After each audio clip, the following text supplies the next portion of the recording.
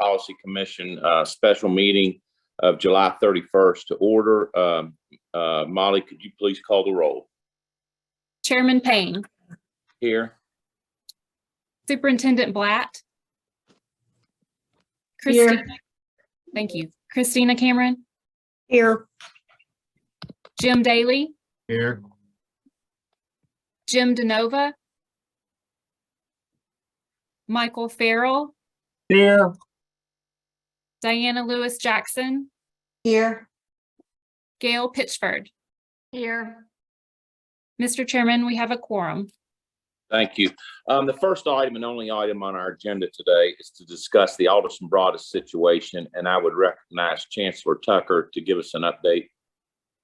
Good afternoon, commissioners, and thank you for being here today. I want to give you an update on what has happened since our last meeting. On the 12th, Alderson Broaddus provided you with cash flow projections, indicating that at the end of July, AB would have $609,000. This includes $1.1 million in federal funding that they have not yet received, which takes them to a negative cash flow of around $500,000. As you know, AB has significant long-term debt, over $30 million, and lines of credit at or near the maximum of $5 million. They owe the city of Philippi $835,000, which is more than has been reported in the press. They missed July's payment as well. The administration at Alderson Broaddus was notified on July 14th by the city of Philippi that action would be taken to shut off utilities for non-payment. The Council of Philippi took a public vote on July 18th to shut off AB's utilities. On July 19th, the AB administration received an official shutoff notice effective today, July 31st at 10 a.m. if $66,000 was not paid. We learned today that AB paid its initial installment of $66,000. However, it took the university more than 10 days of aggressive fundraising to raise that small amount of money. We still have not received an audited financial statement for FY 2022. While they had hoped to have audited financial statements by the end of July, those have not come through. We've also become aware that Alderson Broaddus has been asking for donations from alumni to meet payroll, both their last payroll and their next payroll that is due this Friday. As you know, during the commission meeting on July the 12th, Alderson Broaddus presented their budget for the year. During that meeting, commissioners questioned whether AB would be able to meet their lofty projected enrollment goals. Their balanced budget is based entirely on projected enrollment. As word has circulated in past weeks about the financial dire circumstances at Alderson Broaddus, it seems even less likely now that they will be able to meet the goals that they had set before. As I mentioned before, they are seeking $1.1 million in federal funding through a federal tax credit. They have been seeking this money for at least 2 years now, and it has still not come to fruition.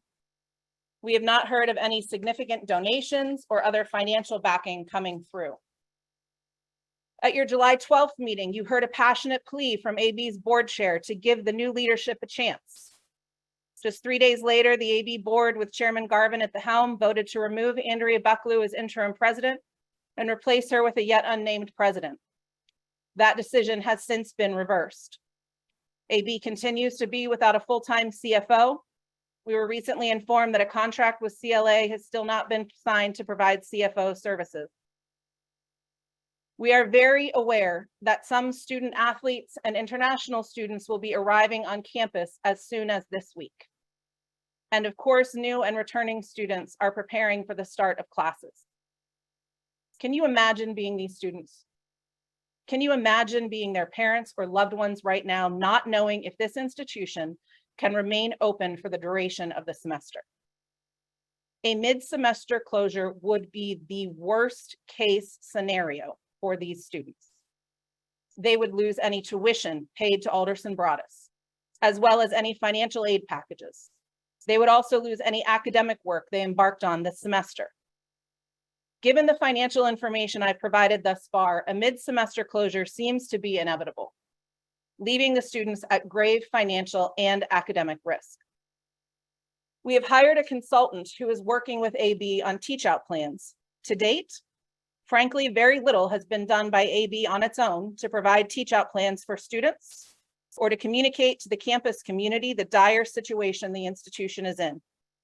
I am pleased to say, however, that several private and public institutions in the state have agreed to transfer AB students should the need arise.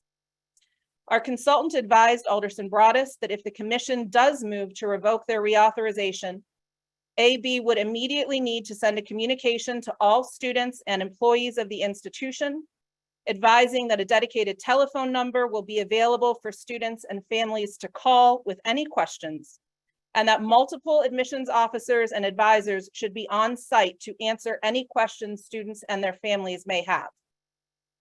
While it is no secret that we've had challenges with AB being forthcoming with information and working with us, I can't stress enough how critical it is right now for the leadership at AB to put their students first.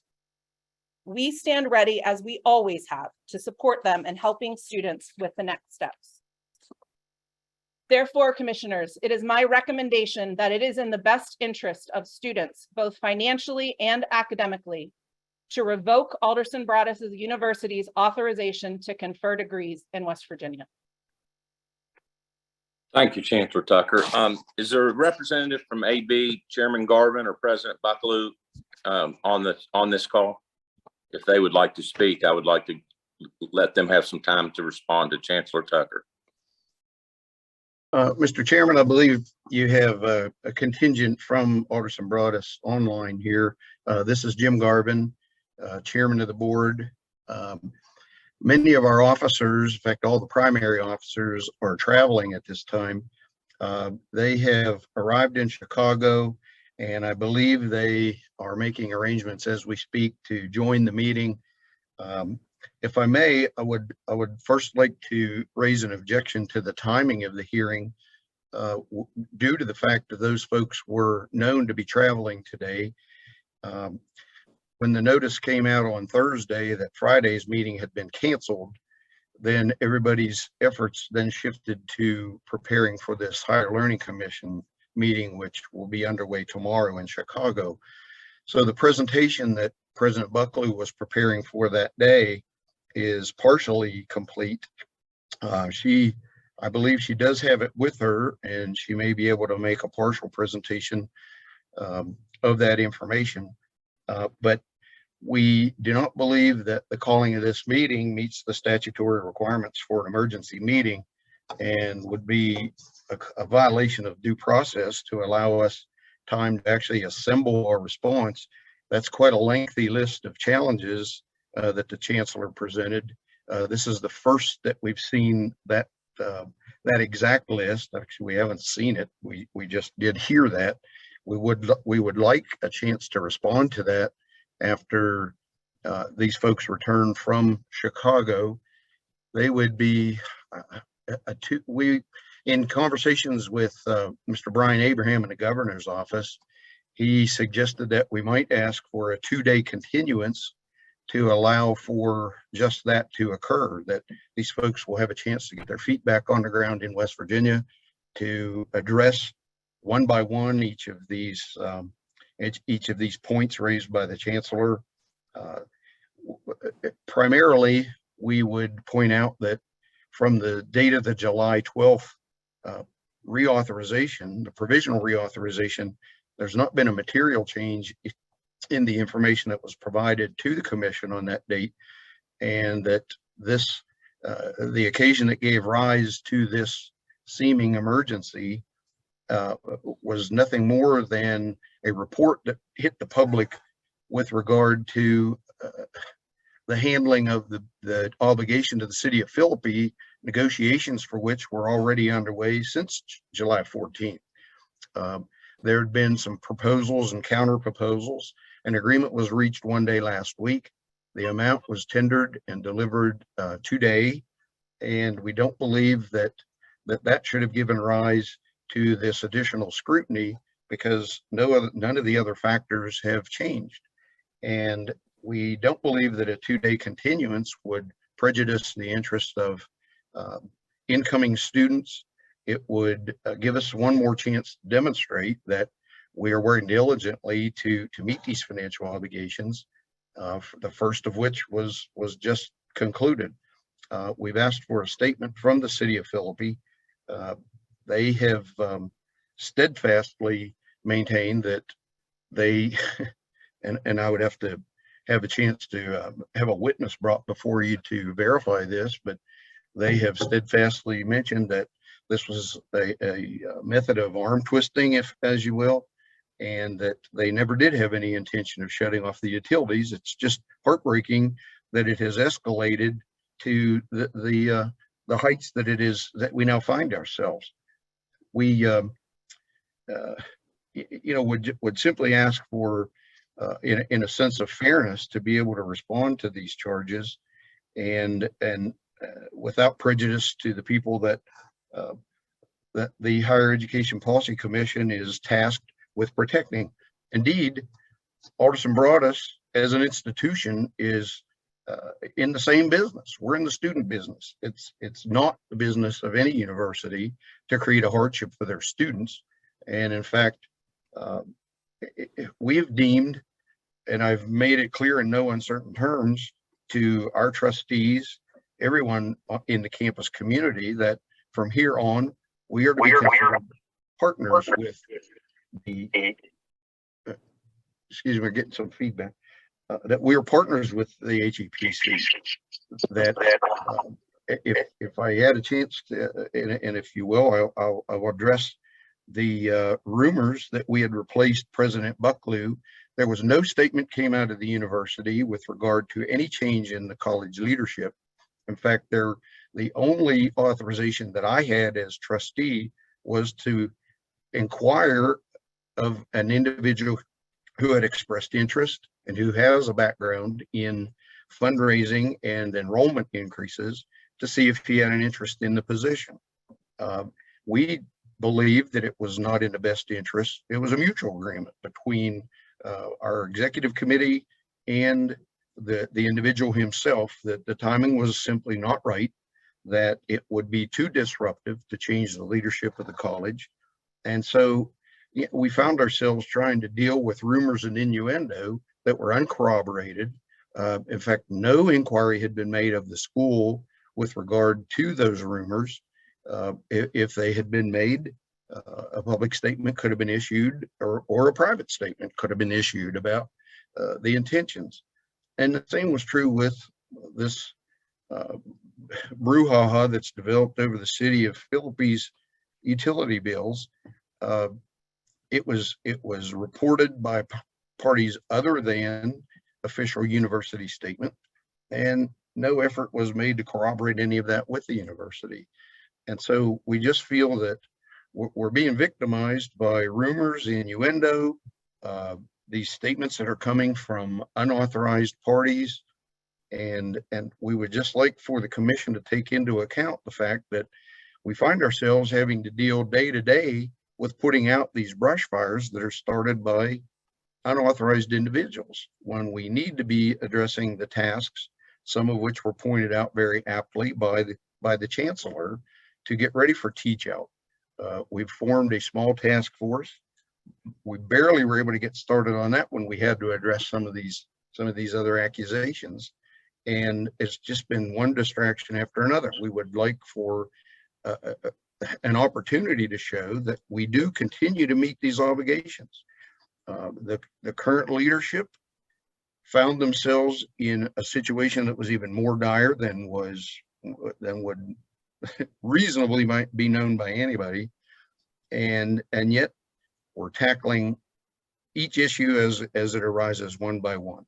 And so far, none has caused the downfall. We certainly are willing to work with the HEPC to fulfill all the other provisions of the provisional reauthorization. And we do have folks, I believe they're online now, who can provide some of the backing with the figures, the numbers, the reality behind, the stage I'm trying to set an outline for them. But my appeal to you is that, we just should not have to keep responding to speculation and circumspection. We're an open door. We'll gladly speak with anybody at the HEPC, bring them up to date with our progress. And, as I say, if the commission would see fit to just give us the benefit of 2 days' time, I think we can address point by point everything that was raised by the commission or by the chancellor. Was President Buckaloo on the line? Would you like her to speak to this? If she has arrived in Chicago, yes. Yes, I'm here in a hotel room in Chicago. I have with me Vice President for Enrollment Management, Carrie Bodkins, Provost and Vice President for Academic Affairs, Jim Alston, as well as Board of Trustees member Joe Super. So we have landed probably about 25 minutes ago, have not had much opportunity to prepare. But I will agree with everything that Chairman Garvin has said. Really, the only thing that has changed since the July 12th meeting is that we have enrolled 44 additional students and raised approximately $450,000 in fundraising just in that short amount of time. So that brings us to approximately 625 students registered for fall at this point. Recruitment is continuing. We have 38 returners that have indicated they will be returning as well. So everything is moving in the right direction. We're continuing to do exactly what we told the HEPC that we would do. Our students are always our first and only priority. And so we are thinking of those students who are ready to move in and to either start or continue their educations. And I agree with what Chairman Garvin said about we're very transparent. I do disagree with the aspect that we've been difficult to submit material. We've submitted anything that's been asked of us. We've even changed formatting of some of our reports to try to make it easier to understand the data. So we're here, and anyone else who's with me, if you have any specific questions for them. But yeah, we're here and have tried to catch our breath and try to take at least a couple of minutes to address this. But and I agree as well with the objection to this meeting under the code. We do not feel there is an imminent material financial loss, which I believe is one of the standards of that paragraph. So I also concur with his objection to the timing of this meeting. Less than 5 hours notice, knowing that several of us were traveling. Our financial advisor is still not available. His travel is still en route. So I think that also would violate the due process and fairness requirements of the state code as well. So I think we do have to strenuously object. Well, I appreciate your comments on that. Let me go ahead and I'm going to rule that the meeting is valid. That's what I've been told. I think you all knew about this Friday last week and Thursday when Chancellor Tucker and Carolyn Long were on campus and working with you all, and they've made, I think, 2 visits up there, and we've worked on this, and there is an appeal process after this. So my inclination is we'll have this meeting, and if you don't like the result, then you can appeal it. Chairman, can I ask a question? Yes. Are they saying that, was there no termination notice on the utilities that was supposed to take place this morning? Did they not receive a termination notice? Chancellor Tucker? They did receive a termination notice on the 19th. Their utilities were not terminated today because they were able to make the $66,000 and change payment that they were able to make today. Okay. And it's my understanding is that the city council of Philippi voted to give them the termination notice. So it's part of the public record of the city of Philippi. Okay. I just wanted to check on that. Thank you. Does anybody else have any questions? Do I have a resolution? Yes, Mr. Chairman, you do. Resolved that the West Virginia Higher Education Policy Commission revokes Alderson Broaddus University's authorization to confer degrees in the state of West Virginia effective December 31, 2023.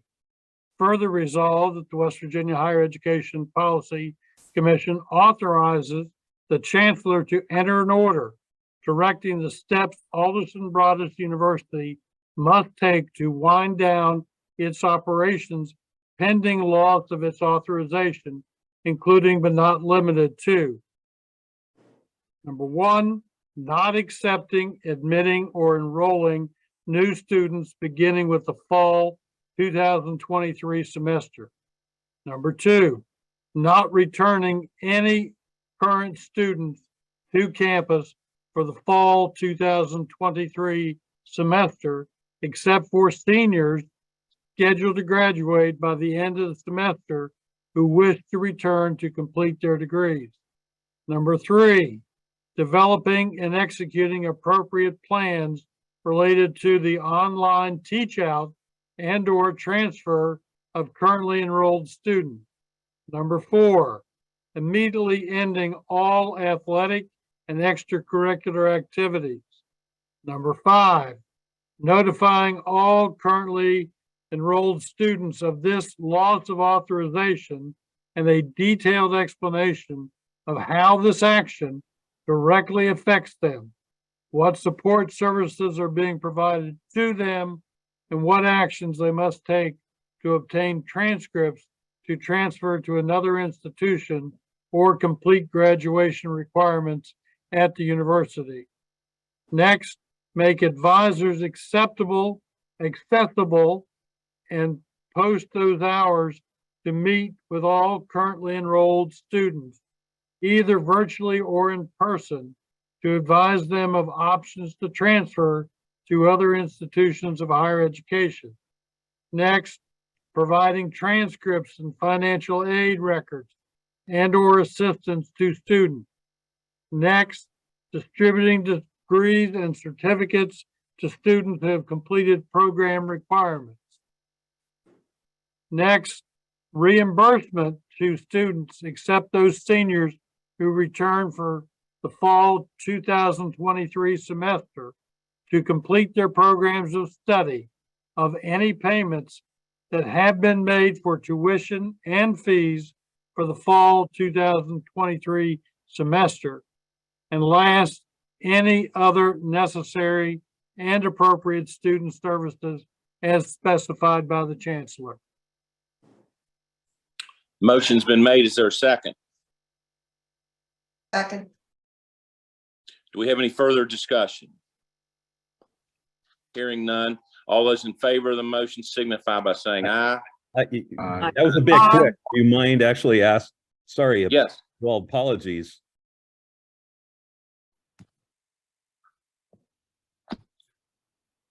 Hugh, we can't hear you, Hugh. Yeah, there's, I Gentlemen, apologize. Chairman, folks aren't supposed to be speaking unless they're. No, called. this is a question from the commissioners, Yes. not anyone else. Just for the commissioners, if they had any more questions. You're So making- hearing none, and now we have a second. Now we have a vote. All those in favor signify by saying aye. Opposed, no. The ayes have it and the motion's adopted. And we don't have anything else on the agenda, so I'll entertain a motion to adjourn. So moved. Been Second. moved and seconded. All those in favor signify by saying aye. Aye. Meeting's adjourned. Thank you all very much for making time this afternoon.